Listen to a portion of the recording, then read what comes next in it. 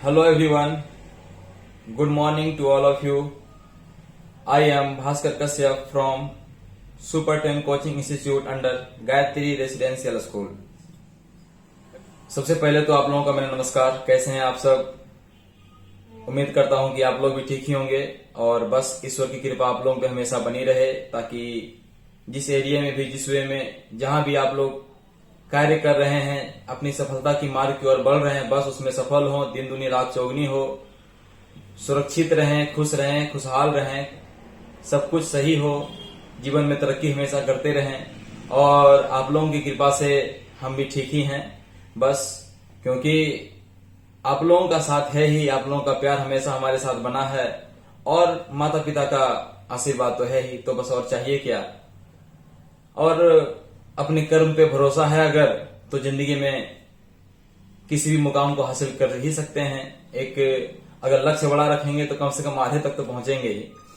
तो खैर, सबसे बड़ी बात यह है कि आज मैं जो आप लोगों के सामने आया हूं, मेरा मेन जो मुद्दा है वो एक्चुअली है विद्यार्थियों के भविष्य को लेके, उनके शिक्षा को लेके।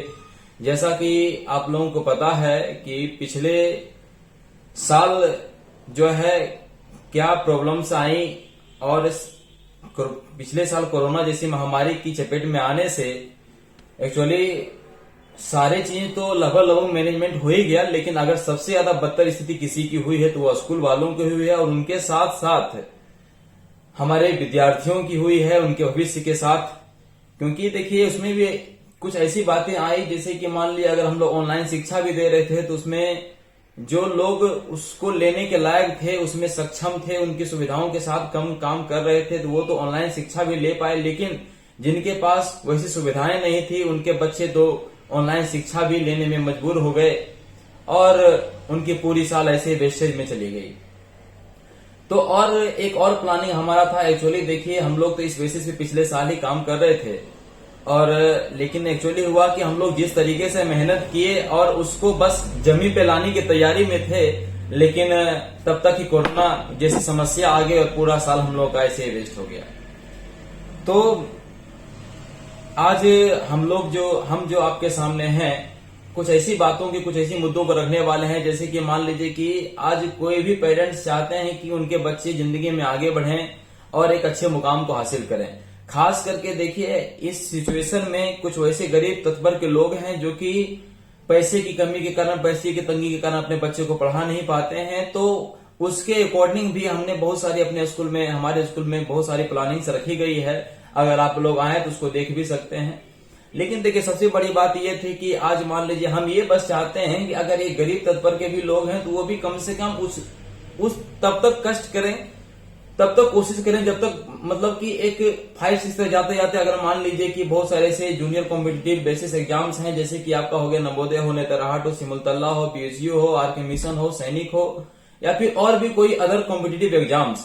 हमारा स्कूल, हम एक यूनिटी तैयार किए हैं जिसमें कि हमारा स्कूल उसी बेसिस पे इस बार से काम करेगा। हमारी कोशिश यही रहेगी कि उस समय तक जाते जाते, उस क्लास तक पहुंचते पहुंचते हर एक बच्चे पे इस तरीके से काम किया जाए ताकि वो उस लायक बन जाए, उस एग्जाम को अच्छे तरीके से वो फुलफिल कर सकें, ताकि वहां से उनकी लाइफ सिक्योर हो जाए।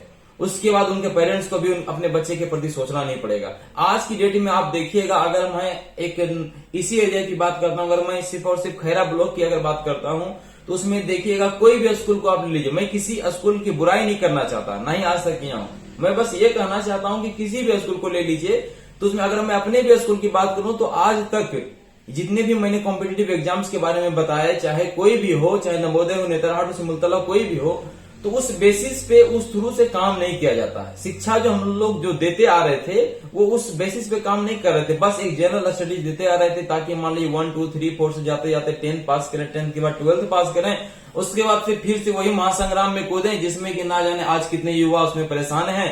अगर फॉर्म निकलती है 10,000 लोगों की तो 2 लाख विद्यार्थी उसमें, या फिर ना जाने कितने करोड़ों में भी चले जाते हैं और उतने विद्यार्थी उसमें फॉर्म भरते हैं और 10,000 उसमें पास आउट होते हैं, बाकी बात फिर से वही बेरोजगारी की जिंदगी जीने लगते हैं। तो मैं एक ऐसा हम लोग का ये प्लानिंग था कि क्यों ना जो मेहनत उस समय विद्यार्थियों को करना पड़ता है, उसमें उतनी परेशानियों का सामना करना पड़ता है, तो अभी से ही एक ऐसे तरीके से ऐसे वे में काम करें ताकि अगर अभी से हमारा बच्चा वैसे अच्छे अच्छे बड़े बड़े शिक्षण संस्थानों में जाके सेटअप कर जाते हैं तो उनकी लाइफ वहां से सिक्योर हो जाती है। उसके पेरेंट्स को उसके बाद उनकी कोई टेंशन होगी नहीं, नहीं उनके प्रति सोचने की कोई जरूरत है। तो आज मान लीजिए कि हम लोग इस बेसिस पे काम करना चाहते हैं और इसी तरीके से हमारा जो यूनिटी है इसी पे काम करेगा इस बार से, और इस तरीके से लगन के साथ, सच्ची निष्ठा और मेहनत के साथ काम करेगा ताकि आपके बच्चे को उस मुकाम तक पहुंचाए, ताकि अगर जिंदगी में कभी वो आगे बढ़ेंगे तो उनके साथ साथ हमारा भी नाम होगा, उनके पेरेंट्स के नाम होगा, उनकी लाइफ तो भविष्य तो उज्जवल जो होगा वो तो होगा ही। बस हम आप लोगों से यही उम्मीद चाहते हैं कि हमें एक बार आप मुझे मौका दें, एक बार मेहनत करने का मौका दें, एक बार अपने बच्चे को दें। एक साल में आप देखिए, मैं बार बार हर एक पेरेंट्स को यही कहता हूं।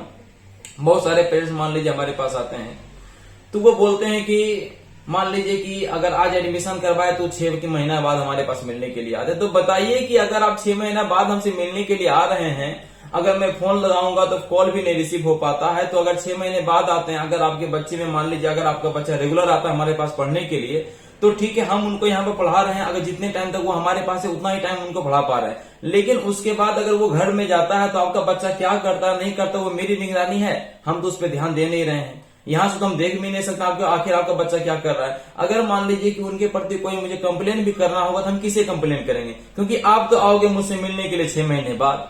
तो अगर मैं सबसे यही कहता हूं कि अगर मान लीजिए कि अगर आप अपने बच्चे के प्रति केयरफुल हैं तो हर मंथ के कम से कम लास्ट में आके एक बार हमसे आप जरूर मिलिए, हमसे मिलने के बाद, ताकि जब तक हम दोनों का सामना नहीं होगा हम आपके बच्चे के बारे में बात नहीं कर पाएंगे।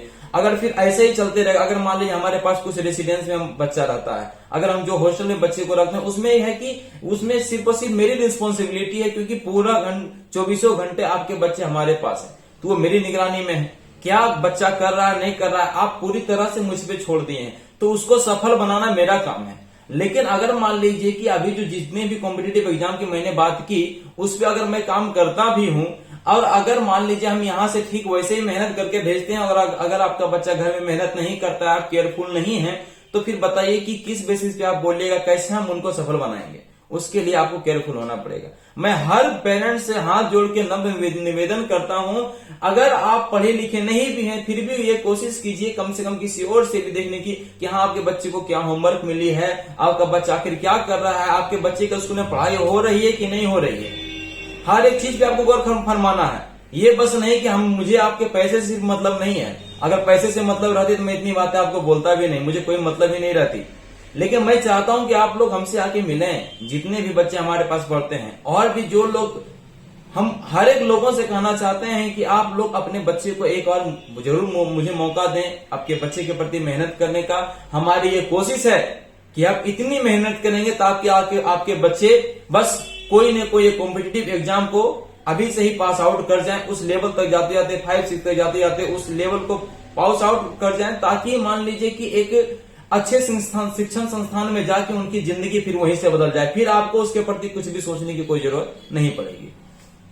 तो बस हमारा यूनिटी इसी तरीके से काम कर रहा है। हम लोग बस एक कुछ लोगों का एक मान लीजिए किसी की कुछ वैसे लोगों को देखें जो कि हमारे साथ काम कर सकते हैं, जो कि समाज के प्रति सोचते हैं। और ऐसा ही नहीं, सिर्फ हम वैसे बहुत सारे लोग हैं जो कि मान लीजिए गरीबी तत्पर के लोग हैं जो बिल्कुल असहाय हैं पढ़ाने के प्रति, उनके लिए भी हमारे पास सुविधाएं हैं। हम बस आपसे यही कहते हैं एक बार आप हमसे आके मिलिए। हर एक तरीके कोई हम बस यही चाहते हैं कि हमारे एरिया का हर एक बच्चा जितना भी है सब शिक्षित हो। और बस एक आगे अगर मान लीजिए कि आप आज एक दुकान चलाते हैं तो, और उसके प्रति अगर आप काम नहीं करते हैं, अगर आप अपने बच्चे के प्रति नहीं सोचते हैं, तो फिर क्या गारंटी है कि अगर आप नहीं उसको पढ़ाते फिर आप चाहेंगे कि आपका बच्चा उसी में रह जाए, तो फिर आप अच्छी जिंदगी की कल्पना कैसे कर सकते हैं। इसलिए अगर आप थोड़ी कष्टदायक जिंदगी में भी हैं फिर भी आप कोशिश कीजिए कि अपने बच्चे को उस लेवल तक पहुंचाएं ताकि आपका बच्चा जो है एक अच्छे मुकाम को हासिल करे और आपको एक गौरवान्वित होने का मौका दे, ताकि जिंदगी में आप भी गौरवान्वित महसूस करें कि हाँ भले ही थोड़ी सी मेरी कष्टदायक जिंदगी जरूर थी लेकिन हमारे बच्चे ने हमारी जिंदगी को उजागर कर दिया। इसलिए मैं हर एक इंसान से वही कहना चाहूंगा, जितने भी पेरेंट्स, खास करके आज के डेट में मैं देखता हूं क्या हूं कि लोग गर्ल्स को पढ़ाने के प्रति बिल्कुल भी केयरफुल हैं ही नहीं, वो तो बिल्कुल छोड़ देते हैं। मैं हर एक गर्ल से भी वही कहना चाहता हूं कि अगर मान ली किसी के पेरेंट्स उनको पढ़ने के लिए भेज रहे हैं, अगर कोई 10th में पढ़ते हैं, कोई 12th में पढ़ते हैं या फिर कहीं को बाहर पढ़ने के लिए जाते हैं, तो अगर वो कुछ करके नहीं जाते हैं, एक अच्छे मुकाम को हासिल नहीं करते हैं, तो उन्हें ये सोचना होगा कि वो अपने साथ साथ अपने जितने भी जूनियर से उनकी जिंदगी को अस्पॉइल कर रहे हैं। इसका ये बोलने का मेरा मेनली कारण ये है कि अगर मान लीजिए आप कुछ करके नहीं जाते हैं, तो बस आपके घर के बगल के ही लोग ये कहने लगेंगे कि देखो फलना की बेटी पढ़ने के लिए गई थी, क्या करके आ गई। इसीलिए मैं सारी गर्ल्स से स्पेशली ये कहना चाहूंगा कि वो लोग शिक्षा के प्रति बिल्कुल भी मजाक ना करें और पूरी तरह से अगर उनको एक मौका दिया गया है तो खुद को साबित करें, प्रूव करें, एक अच्छे मायनों में खुद की एक ऐसी पहचान बनाएं ताकि लोग कहें कि फलना के देखो पिताजी जा रहे हैं। तो उस समय की जो बात होगी एक अनोखी होगी, एक गजब की होगी, तो आप ही लोग इतिहास रच सकते हैं। क्योंकि मैं यही देखता हूं कि लड़कों के पढ़ाने के प्रति कभी भी कोई लोग ये मतलब चाहे कितनी भी कष्टदायक जिंदगी में क्यों ना हो वो सक्रिय हो जाते हैं, लेकिन गर्ल्स के प्रति थोड़ी सी देखते हैं कि लापरवाही करते हैं। तो ये लापरवाही अगर दूर हो सके इन्हीं चीजों से हो सकती है। इसलिए बस आज से ही मन बना लीजिए और मैं सारे पेरेंट्स से यही कहना चाहूंगा, बस एक बार मुझे मौका दें, एक बार मेहनत करने का मौका दें, ताकि मैं आपके बच्चों को एक सुयोग्य नागरिक बना के इस समाज में प्रकट कर सकूं। और हमारा बस मेन उद्देश्य यही है, संस्कार से सफलता तक। क्योंकि जब तक संस्कार नहीं उसमें डाला जाएगा, संस्कार नहीं होगी, तो फिर शिक्षा, उस शिक्षा का कोई मतलब ही नहीं है जिसमें संस्कार ना हो। संस्कार है तभी शिक्षा की प्राप्ति होने का असली मायने वही है। इसलिए संस्कार से सफलता तक मेरा असली मकसद यही है और हमारा लक्ष्य भी यही है और इस लक्ष्य को पाकर ही हम रहेंगे। वैसे तो मैंने तो बहुत सारे प्लानिंग्स कर चुके हैं अपने समाज के प्रति, धीरे धीरे हर एक चीज आपके सामने आएंगी। फिलहाल ये है और बस चाहता हूं कि आप लोग हमारे साथ कदम से कदम मिला के काम करें, बस एक मौका दें, एक बार भरोसा करें, ताकि मैं आपके लिए कुछ बेटर कर सकूं, कुछ अलग कर सकूं, कुछ यूनिक कर सकूं। आज मान लीजिए कहावत है कि रेस में तो बहुत सारे घोड़े दौड़ते हैं। जैसे कुछ मेरे पास लोग आए थे कहने के लिए भी कि आज के डेट में तो बहुत सारे स्कूल खुल गए, तो मुझे कोई मतलब उससे नहीं है। क्योंकि अगर कोई स्कूल खुल रहा है तो वो मेरे लिए फायदे की बात है। फायदे की बात इस मायने में है तो अगर वो स्कूल खुल रहा है, अगर हम किसी चीज में लापरवाही कर रहे हैं तो मुझे ये सोचना हो कि नहीं, मेरी जो लापरवाही हो रही है उसको हम कैसे ठीक करें। क्योंकि अगर हम अभी लापरवाह हो जाएंगे तो फिर उसका फायदा कोई और इंसान उठा सकता है ना। इसीलिए अब उसका फायदा फिर किसको मिलेगा, विद्यार्थी को मिलेगा। क्योंकि अगर मान लीजिए कि स्कूल टाइम से नहीं चल रहा था, स्कूल टाइम से चलने लगेगा,